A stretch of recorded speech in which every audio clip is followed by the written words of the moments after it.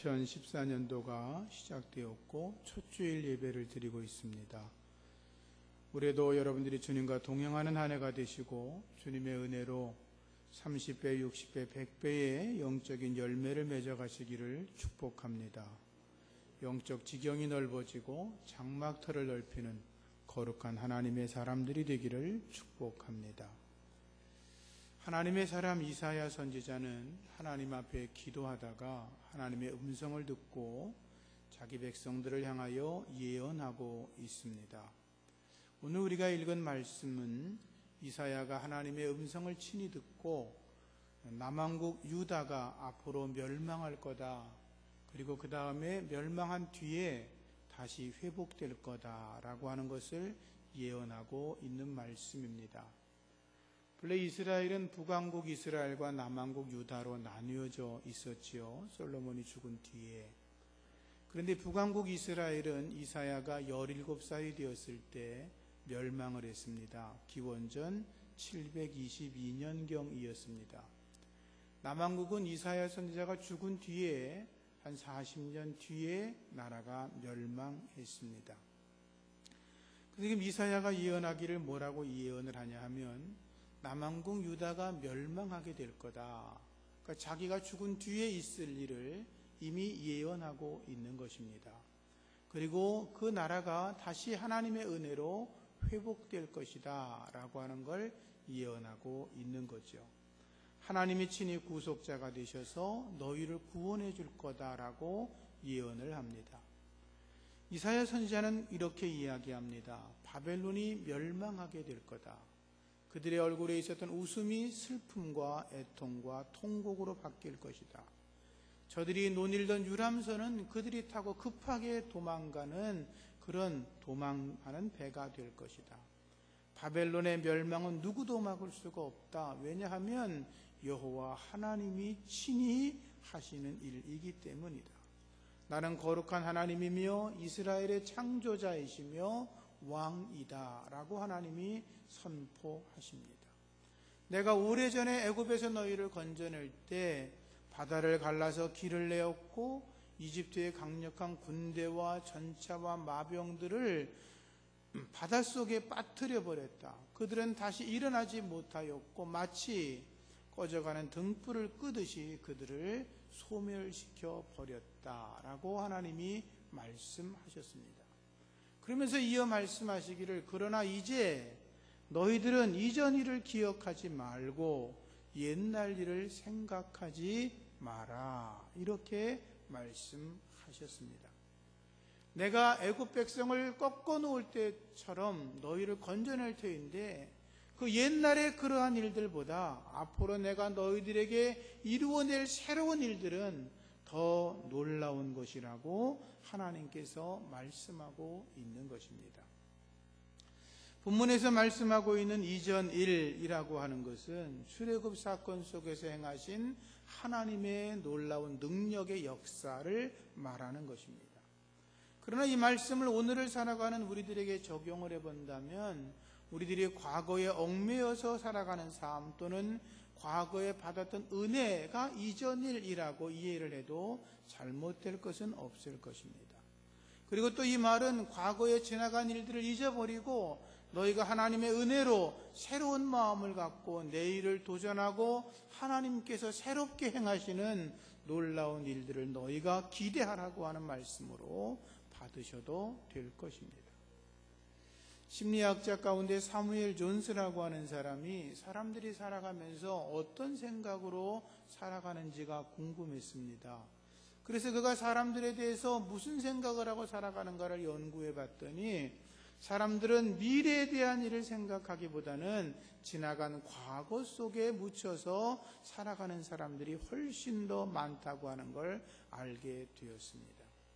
40%의 사람은 인생을 살아가면서 옛날에 어두웠던 일, 실수했던 일, 아무런 필요가 없는 쓸데없는 일들의 생각에 빠져서 세월을 보내고 있고 30%의 사람들은 아무런 가능성이 없는 허망한 생각들과 불필요한 생각에 빠져 살아가고 있고 12%의 사람들은 다른 사람들과의 관계에서 당한 상처받은 일, 억울한 일, 답답한 일, 분하고 흥분한 일 때문에 혼자서 고생하며 살아가고 있고, 10%의 사람들은 건강에 대한 지나친 염려로 살아가고 있으며, 단 8%의 사람만이 밝고 긍정적이며 아름다운 생각을 하면서 내일을 생각하며 살아가고 있다고 주장했습니다.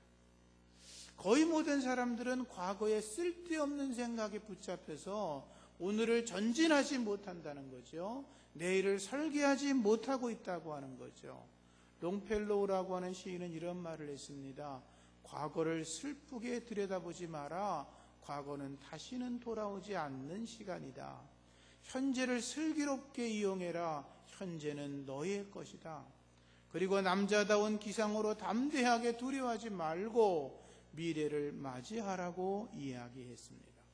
하나님은 오늘 말씀하십니다. 너희들은 이전 것을 기억하지 말고 옛날 일을 생각하지 마라. 보라, 내가 너희들을 위하여 새로운 일을 행할 것인데 그 새로운 일을 기대하면서 앞으로 믿음을 따라 전진하라고 우리에게 말씀하고 계시는 것입니다. 하나님이 여러분들의 인생에 새로운 일을 이루어 주시기를 축복합니다. 새해를 시작하면서 우리는 우리의 마음속에 악한 마귀가 뿌려놓은 그런 모든 쓸데없는 생각들을 다 털어버려야 될 것입니다. 그리고 하나님이 주시는 새로운 생각, 하나님이 주시는 복된 생각으로 우리의 심령을 가득 채워야 될 것입니다. 그래야 우리가 지난 날을 이야기하는 것이 아니라 내일을 이야기하고 미래를 이야기하고 소망을 이야기하는 하나님의 사람으로 서게 될 것입니다. 악한 마귀는 사람의 마음을 흔들어 놓습니다. 사람의 마음을 공격한다는 것입니다. 우리 믿음의 백성들은 그래서 악한 마귀에게 우리의 마음을 빼앗겨서는 안 될 것입니다. 악한 마귀는 아담과 하와를 유혹합니다. 선악과를 따먹어도 결코 죽지 않을 거라고 말합니다. 내가 선악과를 따먹으면 선악을 아는 일에 하나님처럼 될 거라고 이야기를 합니다. 선악과를 따먹으면 너희의 눈이 밝아지게 될 거라고 그렇게 이야기를 합니다. 그 말을 들은 하와의 마음이 움직이기 시작했습니다. 마귀에게 마음을 빼앗기고 말았던 것입니다. 마귀의 말을 듣고 보니까 마음이 흔들렸습니다. 선악과를 다시 쳐다보니까 다시 보니까 먹음직도 하고 보암직도 하고 지혜롭게 할 만큼 탐스러운 과일로 눈에 보이기 시작했습니다. 자기도 모르게 손이 뻗쳐지고 선악과를 땄고 입으로 먹었습니다. 그리고 남편에게도 먹으라고 주었습니다. 마귀에게 마음을 빼앗기기 전에는 그 선악과는 하와에게 또 아담에게 유혹의 대상이 아니었습니다. 하나님이 먹지 말라라고 말씀하니까 그것은 손도되는 것이 아니라고 생각을 했기 때문입니다. 또 에덴 동산 안에는 수많은 먹을 것들이 많이 있었기 때문에 굳이 선악과를 먹지 않아도 그는 언제나 아름다운 과일을 먹으면서 맛있는 걸 먹으면서 건강하게 살아가고 하나님과 대화할 수가 있었습니다. 그런데 악한 사탄의 유혹에 빠지고 보니까 마귀의 말을 듣고 마음을 빼앗기고 생각을 빼앗기고 보니까 하나님이 의심되기 시작했습니다. 선악과를 먹으면 하나님과 똑같아진다고? 아마도 하나님이 선악과를 먹지 말라고 한 그 이유는 우리가 하나님과 동등되는 것을 하나님이 두려워서 그랬을 수도 있어 라고 생각하게 되었습니다. 우리가 선악과를 따먹으면 하나님과 동등된 것만이 아니라 정말로 죽지 않을 수도 있다고 생각하게 되었습니다. 마음이 흔들리니까 행동이 나타나기 시작하고 선악과를 따먹고 죄에 빠져 낙원에서 쫓겨나게 되었습니다. 사랑하는 성도님들, 악한 마귀에게 마음을 빼앗기지 마시기를 축복합니다. 마음을 견고하게 해야 합니다. 이사야 26장 3절 말씀에 주께서 심지가 견고한 자를 평강의 평강으로 지켜주신다라고 말씀하였습니다. 두려워하지 말고 놀라지 말라. 마음을 강하게 하고 담대하게 하라고 여호수아에게 말씀하셨습니다. 잠언서에는 좌로나 우로나 치우치지 말고 내 발을 악에서 떠나게 하라고 가르쳐 말씀하였습니다. 육신의 생각은 사망입니다. 그러나 성령의 생각은 생명과 평안인 줄로 믿습니다. 악한 마귀에게 마음을 빼앗기지 마시고 여러분들의 마음의 중심을 하나님의 성령께서 이끌어 가실 수 있도록 여러분의 마음을 내어놓으시기를 주의 이름으로 부탁을 드립니다. 2014년도에도 하나님이 여러분들을 도와주실 줄로 믿습니다. 그분의 도우심을 받으며 새로운 일을 기대하고 믿음으로 한 발짝 한 발짝 전진해 나아가시기를 축복합니다. 하나님이 이사야 선지자를 통하여 자기 백성들을 향하여 예언하여 말씀하십니다. 보라, 내가 새로운 일을 행할 것이다. 이제 나타내 줄 것이다. 너희가 그것을 알지 못하겠느냐. 내가 광야의 길을 사막의 강을 내어 놓을 것이다. 장차 들짐승 승냥이와 타조도 나를 존경할 것은 내가 광야의 물을 사막의 강을 내어 내 백성 내가 택한 백성들에게 마시게 할 것임이라고 말씀하여 주셨습니다. 역사를 주장하시는 분이 하나님이신 줄로 믿습니다. 앞서 말씀드렸지만 이 예언의 말씀은 이사야가 살아있을 때 한 것이고 이 사건에 대한 이야기들은 이사야가 죽은 뒤에 100년, 200년 뒤에 일어났던 사건들이었습니다. 바벨론은 초강대국인 아수르를 물리치고 세워진 당대의 최고의 나라였습니다. 그리고 바벨론은 겨우 목숨을 부지하고 있는 손톱만큼 작은 나라 남왕국 유다를 짓밟아 버리고 말았습니다.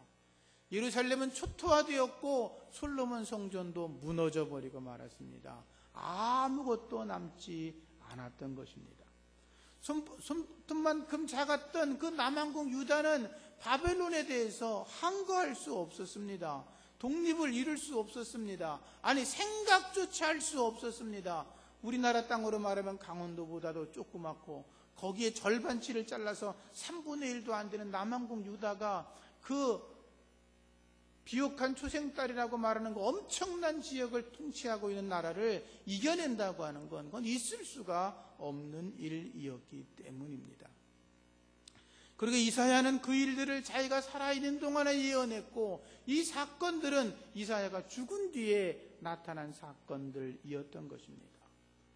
남왕국 유다가 바벨론에게 멸망할 것을 예언하고 멸망한 뒤에 70년 뒤에 다시 예루살렘으로 돌아갈 것을 예언할 수 있었던 것은 하나님께서 이사야에게 그 일들을 미리 알려주셨기 때문이었습니다.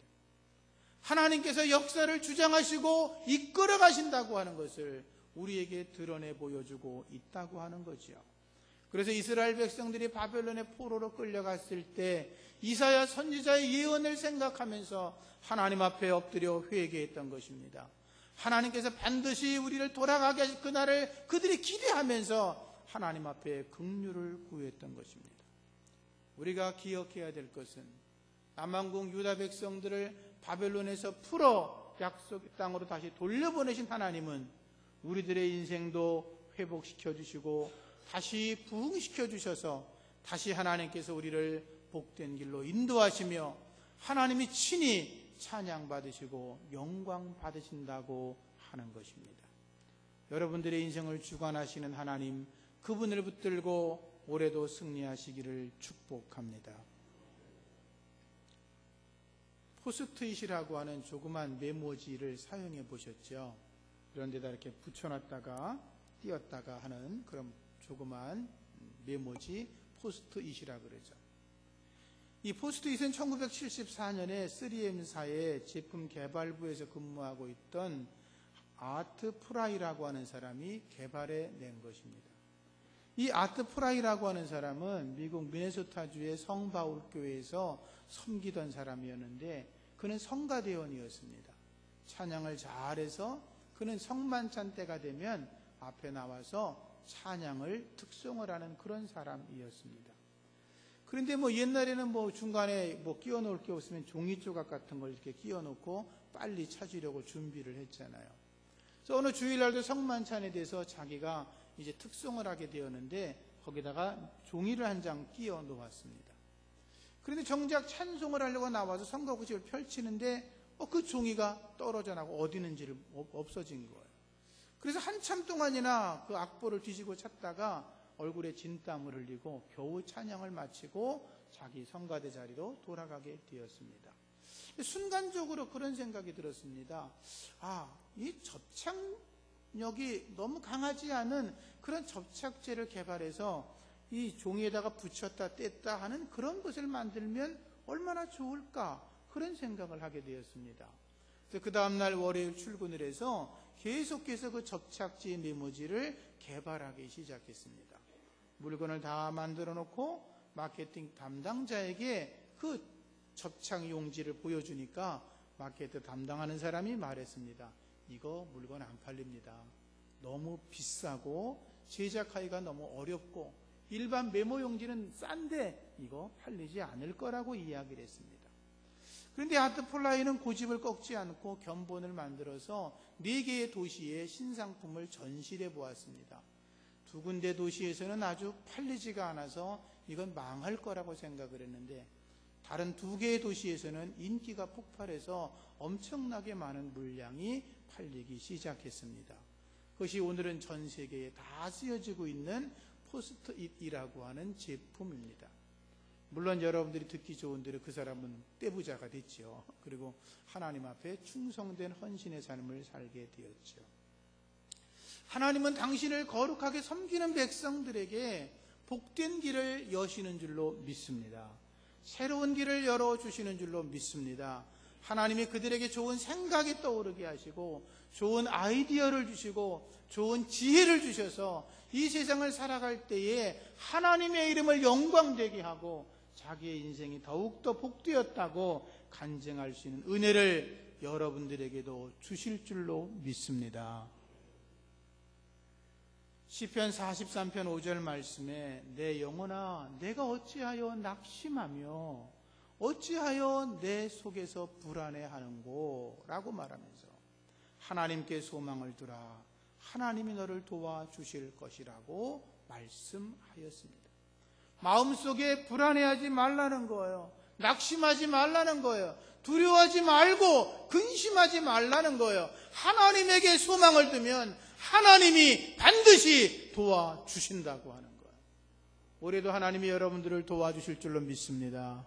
하나님이 권능의 오른팔로 여러분들을 붙드실 줄로 믿습니다. 내가 너와 함께한다. 내가 너를 도와주겠다. 내가 나의 이름으로 반드시 승리할 것이라고 하나님이 붙들어 주시는 줄로 믿습니다.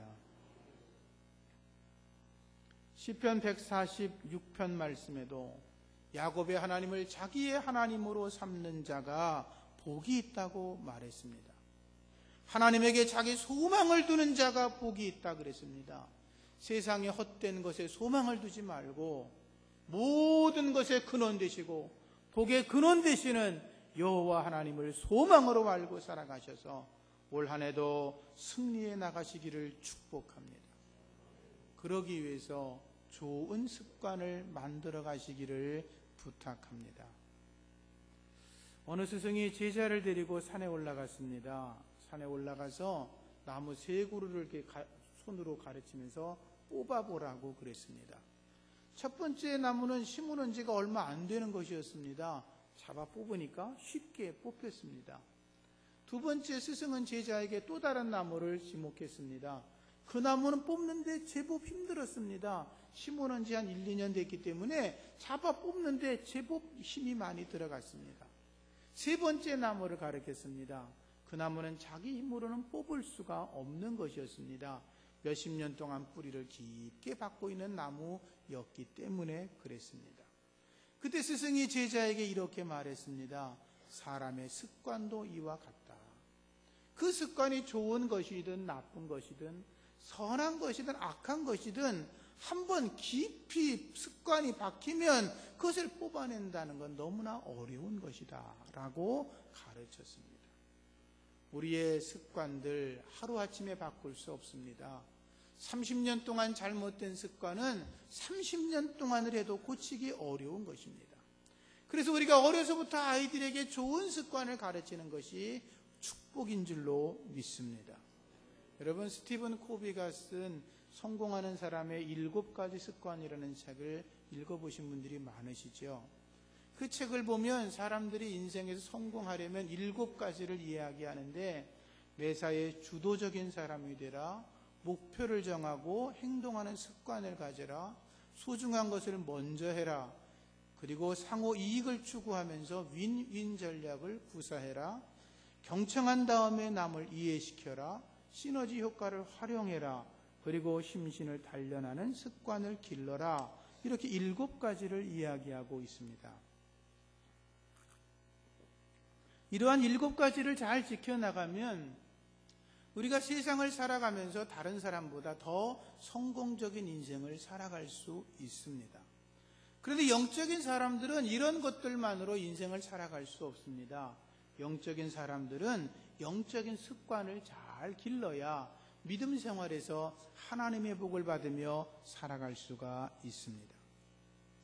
그것은 뭐냐 하면, 첫 번째가 하나님 앞에 참된 예배자로 살아가는 것입니다. 두 번째가 하나님의 말씀을 묵상하며 사는 것입니다. 하나님 앞에 겸손히 엎드려 기도하는 것입니다. 선한 청지기의 삶을 살아가는 것입니다. 하나님의 선한 일을 내가 생각하면서 이루어드리며 살아가는 것입니다. 자기를 포기하고 주님의 뜻을 받들어 드리는 것입니다. 오직 예수의 신앙으로 살아가는 것입니다. 그러한 영적 습관을 잘 길러내면 우리의 인생이 하나님 안에서 복될 줄로 믿습니다. 2014년도에도 하나님 앞에서 참된 예배자로 살아가시기를 축복합니다. 예배는 성도가 하나님 앞에 드릴 수 있는 최고의 행위라고 이야기를 합니다. 하나님 앞에 신령과 진정으로 예배해야 합니다. 마음과 몸과 뜻과 정성을 다해 예배해야 합니다. 찬양과 감사와 감격한 마음으로 예배를 드려야 합니다. 그렇게 예배하시기를 축복합니다. 예배에 집중해야 합니다.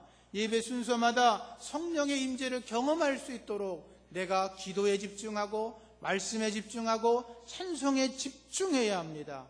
그래서 하나님의 임재를 경험하시기를 축복합니다. 예배를 드리면서 하나님 앞에 예물도 믿음으로 준비해야 합니다. 11조와 헌물을 주 앞에 드려야 합니다. 하나님께 예물을 드리는 행위는 복받는 행위입니다. 참된 믿음으로 예물을 드리면 하나님께서 여러분들의 손에 재물 얻는 권세를 더해 주시고 여러분의 삶을 형통케 하실 줄로 믿습니다. 두 번째, 하나님 앞에 우리가 말씀을 묵상하는 삶을 살아야 합니다. 말씀을 묵상하는 건 중요합니다. 말씀을 묵상한다는 것은 날마다 하나님의 말씀을 먹는 것입니다. 하나님이 내게 어떤 말씀을 주시는가를 내가 묵상하는 것입니다. 성령의 도우심으로 내가 묵상한 그 말씀을 실천하며 살아가면서 내 생활 속에서 하나님의 말씀이 구체적으로 이루어지는 것을 경험하는 것을 말씀의 묵상이라고 이야기합니다. 그래서 말씀을 묵상하게 되면 내 삶이 윤택해지고 평탄해집니다. 하나님의 평안이 내 안에 사로잡힙니다. 주님의 따뜻한 마음을 내가 읽을 수가 있습니다. 하나님의 넓은 가슴에 내가 묻혀서 그분 안에서 기쁨과 평화, 샬롬의 은혜를 경험할 수가 있습니다. 주님의 은혜로 들어가시기를 축복합니다.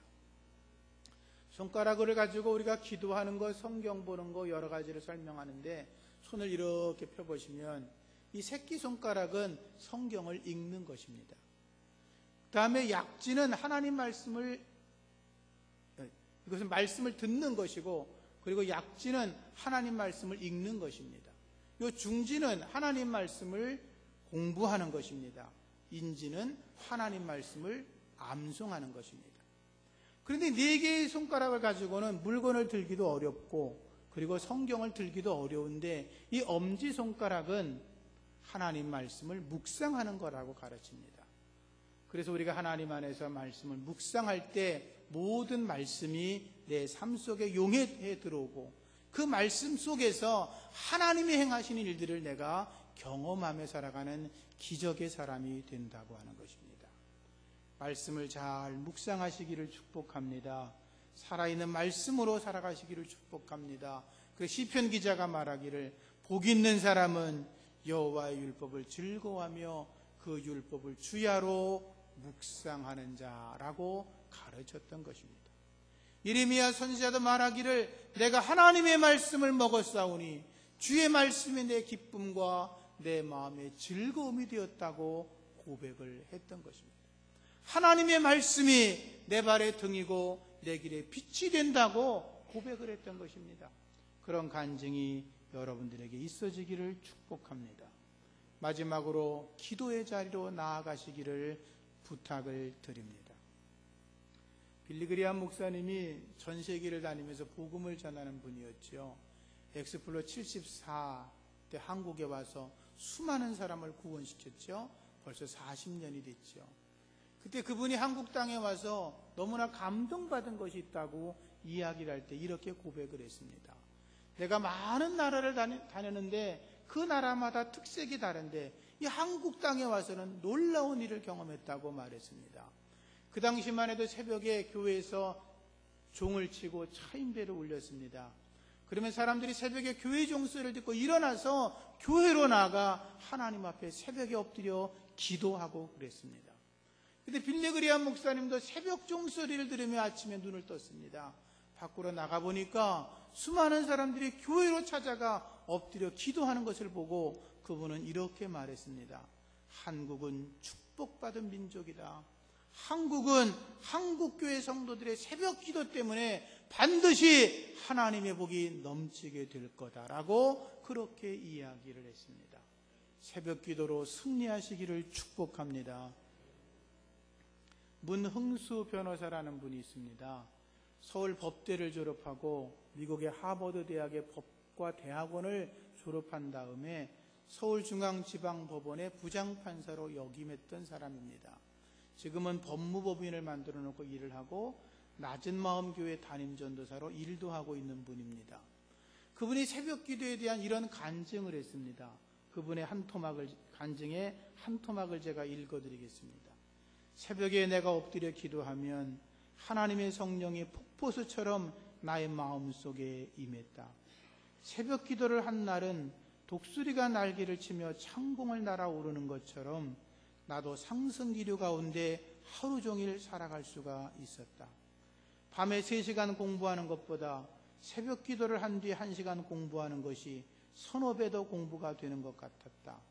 그렇게 공부한 덕택에 우리나라 시험 중에서 가장 어려운 시험 중에 하나라는 사법연수원 수료시험에서 수석으로 합격할 수 있었다. 하나님께서 새벽에 도우시리라고 말씀하셨다. 그야말로 달디단 단잠을 깨우고 포근한 잠자리를 뒤로 한 채 새벽에 나와 하나님 앞에 서면 하나님의 은혜가 마른 땅 위에 내리는 단비처럼 촉촉히 내리는 것을 체험할 수 있었다. 그러나 기도 없이 세상에 나가는 것은 무기 없는 전쟁터에 나가는 것이고 새벽 기도하지 않는 날은 세상의 가시에 찔리고 돌에 채이며 상처투성이의 패배의 삶을 살게 되는 것이다. 나는 새벽 기도를 한 날과 새벽 기도를 하지 않은 날의 차이를 보면서 그리스도인의 생명은 새벽에 있다고 믿게 되었다. 그럼에도 불구하고 법관이 된 후 생활이 안정되자 나는 새벽 기도를 놓치게 되었다. 그러다가 10여 년 전 새벽 기도를 하지 않는 날에는 아침과 저녁을 굶기로 작정했다. 현기증이 났지만 차라리 새벽 기도를 안 할 바에는 그게 마음이 더 편했다. 그 후 거의 새벽 기도를 빠지지 않는 삶을 살아가고 있다. 이렇게 간증을 했습니다. 새벽 기도를 하지 않는 날은 무기 없이 전쟁터에 나가는 날과 같다고 그는 그렇게 고백을 했습니다. 새벽 기도를 하는 날은 하나님의 성령께서 마치 독수리가 날개를 치며 하늘에 올라간 같은 강력한 기상을 가지고 승리하는 날이 될 수 있었다고 고백을 했습니다. 사랑하는 성도님들, 여러분도 새벽 기도로 승리하는 한 해가 되기를 축복합니다. 특별히 이번 주는 새벽에 우리가 특별 새벽 기도를 하는데 다 참석하시기를 바랍니다. 아이들도 데리고 나오시기 바랍니다. 한 해를 기도로 시작하는 건 하나님의 축복의 문을 여는 놀라운 일인 것입니다. 주님 안에서 여러분들 2014년도 하나님께서 여러분들을 위해서 새로운 일을 계획하고 계시다고 믿으시고 이번 한 주간 기도하면서 말씀을 묵상하면서 하나님의 축복을 기대하면서 주님이 내게 이루실 일들을 발견해 나가는 여러분들 되시기를 축복합니다. 기도하겠습니다.